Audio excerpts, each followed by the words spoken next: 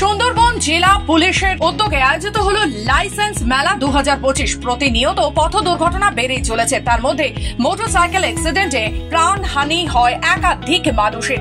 Driving licence না থাকার কারণে সরকারি পরিষেবা পায় না তারা। তাই শনিবার সকাল 10টা থেকে সুন্দরবন পুলিশ জেলার অন্তর্গত থানার প্রশাসনের মাধ্যমে এবং কাকদ্বীপ আঞ্চলিক পরিবহন অফিসের সহযোগিতায় সাগর থানার ওসি অর্পণ নায়কের প্রচেষ্টায় মেলার আয়োজন করা হয়। এদিন 100 জন মোটরসাইকেল চালকদের হাতে লার্নার লাইসেন্সের কাগজ তুলে দেন সুন্দরবন উন্নয়ন মন্ত্রী বঙ্কিমচন্দ্র হাজরা।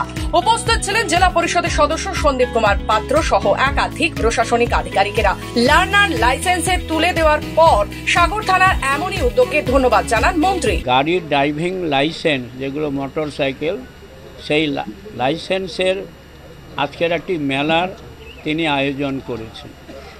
এই মেলায় উনি ছাড়া ওনার সমস্ত স্টাফেরা তারা দায়িত্ব নিয়ে কাজকর্ম করছেন এবং আমাদের ডায়মন্ড হারবার থেকে আমাদের অ্যাসিস্ট্যান্ট রিটার্নিং ট্রান্সপোর্ট অফিসার তারাও এসছেন, যাতে তাদের লাইসেন্স পেতে কোনো ধরনের অসুবিধে না হয়। দক্ষিণ 24 পরগনা থেকে রবীন দাসের রিপোর্ট, খবর বাংলা।